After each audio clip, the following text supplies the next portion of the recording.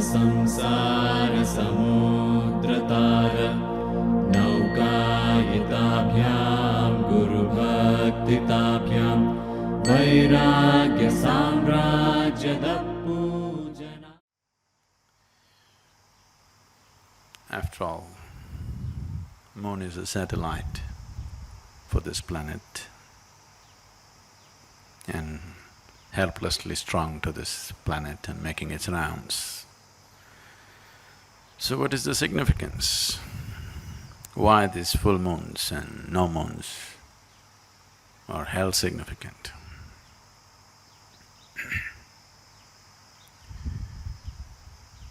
Probably many of you know that you may not know, I hope you do not know this by experience. You should know that if someone is mentally disturbed on a full moon day, on a new moon day, they get little more disturbed than usual. You're aware of this? Happens to you?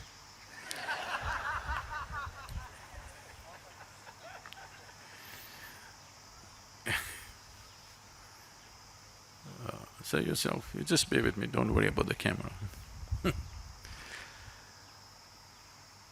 So, it doesn't happen to you, but it does happen to somebody. So it is not that moon instigates madness, it is just that when the moon takes certain positions, it heightens whatever you are. If you are loving, you become more loving. If you are joyful, you become more joyful. If you are blissful, you become much more blissful. If you are a little insane, you become much more insane. If you are meditative, you become far more meditative. It just enhances everything that you are. So we consider these days important so that you consciously create the right kind of quality in you so that it gets enhanced. Today is Paurnami, in the morning you get up and you be in a certain way, you create a certain quality in you so that by evening that quality is enhanced. So whatever the qualities that you are, so that you start engineering it more consciously than being a victim of unconscious eruptions within yourself. So the moon does not make you mad or meditative, it just enhances whatever you are. You know, even the ocean goes mad. If you are a swimmer on the beach, it's madness for you. But if you are a skipper of a large vessel, it is a boon for you. But something is happening. The very ocean is trying to rise. When the very ocean is trying to rise, the situation may be conducive for you also to rise, probably, if you are willing to make use of it. And moon's influence on human life is far more than that. To do anything with yourself, to be aware where the moon is could be useful because it creates different types of qualities and energies in the system. If one is aware, he could make use of it.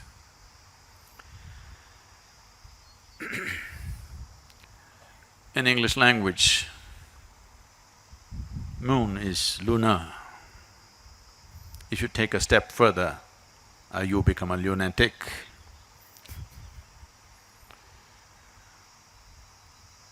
So generally, the influence of the moon is considered illogical. Anything illogical, generally in the West got labeled as madness or insanity. But here, we always saw the limitations of logic. Logic is very useful to conduct the material aspect of your life. If you want to do your business, you want to build a house, you want to do all the things in the world, you have to be logical, there is no other way to conduct it. This is the problem with us. To conduct the outside, we call the divine. To conduct the inward, we try to go at it logically. Both won't work for us. So, when it comes to subjective dimensions of life, if you're not willing to step beyond the limitations of your logic, then nothing ever will happen. If I ask you to close your eyes and do something very simple, you sit here and calculate, okay, if I do this, what will I get, what will happen, this. Nothing will ever happen to you. If anything beautiful has to touch you in your life, if meditation has to touch you, if love has to touch you, if bliss has to touch you, you must be illogical. Everything is logically correct, but you have a long face, because everything is correct with you. You're correct, but life doesn't work like that. If you wake up in the morning, tomorrow morning when you wake up, lying down in your bed, think 100% logically. Do not think of all those beautiful moments in your life. Do not go back to any experience which matters to you. Do not think of the birds in the sky, the sunrise, the flowers in your garden, your child's face or a loving moment in your life. Don't look at any of that. Just think logically. Now you actually have to get out of bed. That's not a small feat. Is it a small feat? It's not a small feat. And then you have to go to the toilet. Then you have to eat, work, eat, go to sleep. Again tomorrow morning, same thing. Cut out the experiential aspect. Think of your life 100% logically and see, you have to do the same damn things for the next 30, 40, 50 years. And if you do yoga, it gets elongated. It gets stretched further, you know. The same nonsense every day, every day, every day. Just think logically, is it worth it? Is it worthwhile? Is it worthwhile? No. Moments of extreme logic are moments of suicide. And all of you have been committing suicide like this, but you don't do anything these days in one shot. You do everything in installments. You're committing suicide also in installments. I want you to just look back. If you're unable to look back, when you go home today, I want you to rummage into your old pictures and see when you were 5, 6 years of age, how your face was. It was like this. Now, it's getting longer and longer. So, if you have to step out of your logic, unless you do it in a certain way, it sounds senseless. Because right now, your idea of sense is only logical, isn't it? But please see, the most beautiful moments in your life have happened to you only when you kept your logic aside a little bit. Yes? Logically examine your love affair and see, it'll be the most stupid thing you can do. Really. Yes or no? Maybe it's the most beautiful thing in your life, but logically dissect your love affair and look at it, it is the most idiotic thing you can do. But it might have become the most beautiful experience in your life. So the logical dimension of life and the experiential possibility of who you are diametrically opposite. So in yoga, we look at you as two aspects, the sun and the moon. You've seen the symbolism? You've heard of the word hatha, hatha yoga? Hatha means ha, means sun, tha means moon. So these are the two dimensions.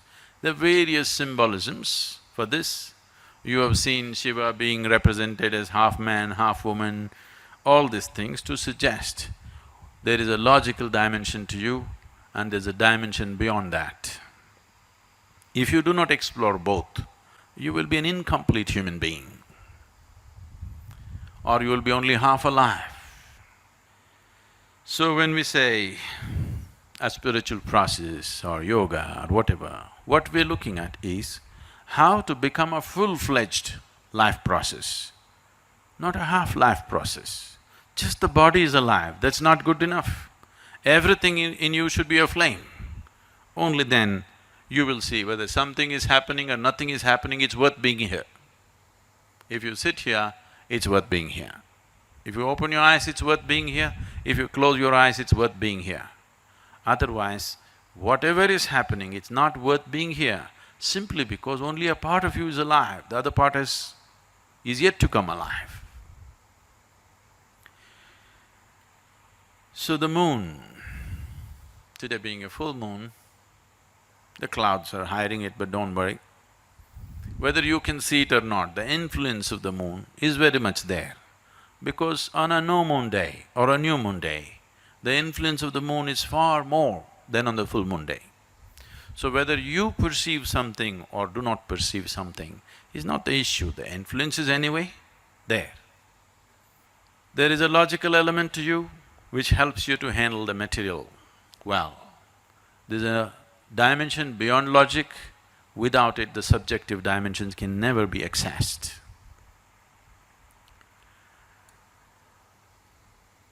The moon is a symbolic representation of that dimension.